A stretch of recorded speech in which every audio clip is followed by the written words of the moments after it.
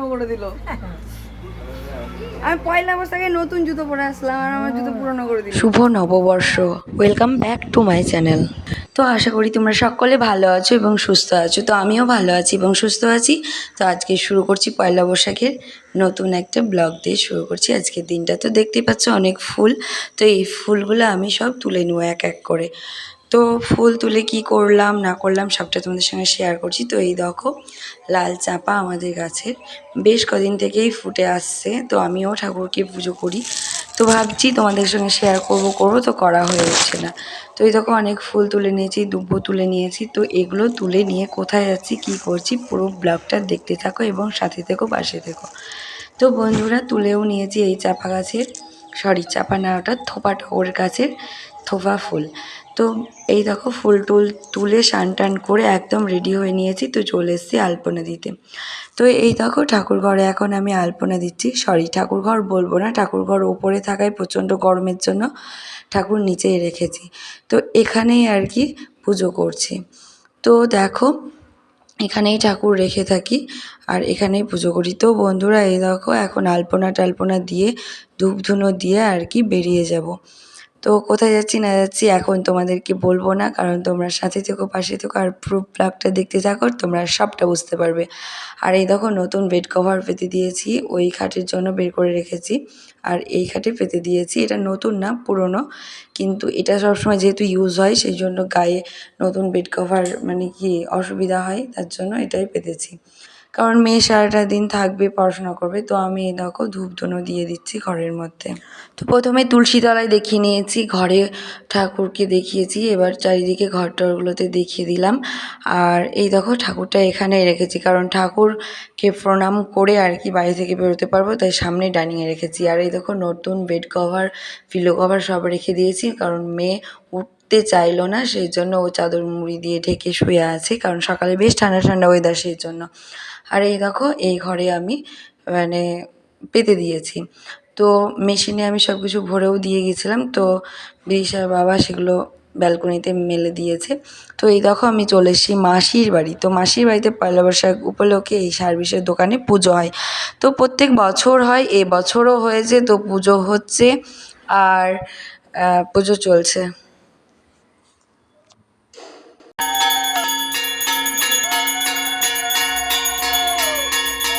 যে সমস্ত পুজোর জোগাড় যন্ত্রণা এই সমস্ত দেখতে পাচ্ছ সমস্তটাই আমি করেছি, কারণ মাসি বললো আমি বাড়ির খাবার টাবার করছি, সব আমি ব্যাগে করে পাঠিয়ে দিয়েছি, তুই গিয়ে সব কিছু রেডি কর। তো আমি গাড়িতে করে যতটা পেরেছি নিয়ে এসেছি, মেসোও নিয়ে এসছে, দিয়ে সব ব্যাগ ট্যাগ করে পুরোহিত আসার আগে আমি সবটা নিজের মতো করে সাজিয়ে দিয়েছি। জানি না পেরেছি কি না, তবে ঠাকুরমশাই আসার পরেও ঠাকুরমশাই বললো যেটা যেটা সে মতো করে দিলাম। তো অনেক কিছুই লাগে পুজোতে, সেটা আমি এর আগেও জানতাম, এর আগেও আমি পুজোর অনেক জোগাড় করেছি, কারণ আমাদের বাড়িতে দাদুর বাড়িতে প্রচুর পুজো হয়ে থাকে। তাছাড়া আমার পুজোর এক্সপিরিয়েন্স ছোটো থেকেই আছে, আমি ছোটো থেকেই পুজো দেখে আসছি। তো আমার এক্সপিরিয়েন্সটা সত্যিই আছে, সেই জন্যই পেরেছি। আর মোটামুটি করেছি আর কি, যেমন যেমন বলেছিলো আমি সবটাই আমি সাজিয়ে দিয়েছি। তো বন্ধুরা এই হচ্ছে পয়লা বৈশাখে হাল খাতার যে বলে না সব কিছু নিয়মকানুন, সেই অনুযায়ী খাতা দেখে পুরোহিত একটা খাতাটাকে করে দেয়, যা যা নিয়মকানুন আর কি সেগুলো করে পুজোটা করে দিল। তো মাসি আসলো যখন, তখন অলরেডি পুজো শুরু হয়ে গেছিলো কিছুটা। তারপরে মাসি আসলো, কারণ গঙ্গা মৃত্তিকাটা খুঁজে পাওয়া যাচ্ছিলো না। মাসি বললো ঠাকুর ঘরেই রেখে দিয়েছি, দিতে খেয়াল ছিল না। মাসি ওটা আবার নিয়ে আসলো। তারপর চলো এবার সবটা তোমাদের সঙ্গে শেয়ার করি।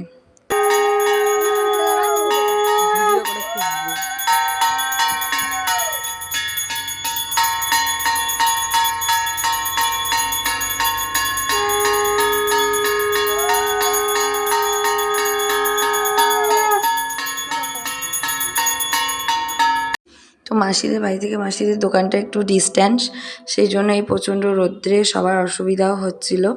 আর এই দেখো আমরা ওখানে মাসির বাড়িতে গিয়ে একটু রিলস টিলস বানাচ্ছিলাম, শর্ট ভিডিওগুলো বানাচ্ছিলাম। তো এইটা তোমাদের কাছে নিয়ে আসবো, তো তোমরা দেখতে থাকবে, দেখবে অবশ্যই খুব তাড়াতাড়ি পেয়ে যাবে। তারপর এরই মধ্যে বিদিশার বাবা চলে এসেছিলো, আর ওটা আমার মেসো। বিদিশার বাবা বাইরে খাওয়া দাওয়া কমপ্লিট করে বাইরের দিকে গেছে। আর এটা বিদিশার পয়লা বৈশাখের ড্রেস, জুতো সমস্তটাই ও পরে এসেছিলো। তো ওর বাবা চলে যাওয়ার পর আমি আর বিদিশা এখানে একটু আমাদের এইখানে রঘুনাথ মন্দিরে গিয়েছিলাম। রঘুনাথ মন্দিরে 5 দিন ব্যাপী অনুষ্ঠান চলে, তো 5 দিনে একটু একটু করে গিয়েছি, দেখেছি। তো এখানে কীর্তন পালা চলছিল পয়লা বৈশাখের দিন। তো পয়লা বৈশাখ হয় সেদিন ভিড় একদম ছিল না বললেই চলে, একদম ফাঁকা ফাঁকা, আর খুব সুন্দর কীর্তন হয়েছিল।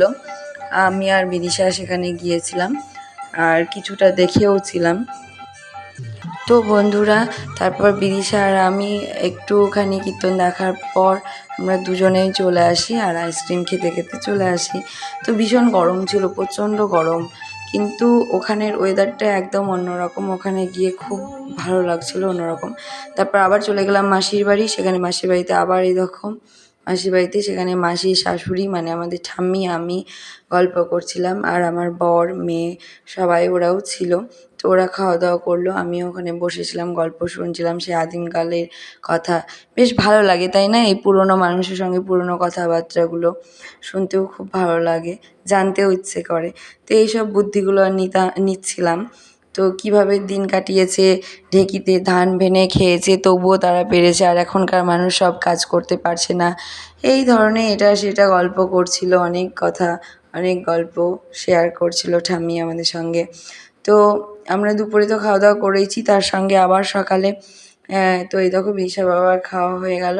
তো এবার বিদিশা খাচ্ছিল না, ওর খাওয়া হয়ে গেল, ওরও খাওয়া হয়ে গেল, ও উঠে গিয়েছে। তো আমি এইভাবে শুভ নববর্ষের দিনটা কাটালাম। তোমরা কেমনভাবে কাটালে অবশ্যই কমেন্ট বক্সে কমেন্ট করে জানিও। আর সবাইকে শুভ নববর্ষের প্রীতি ও শুভেচ্ছা।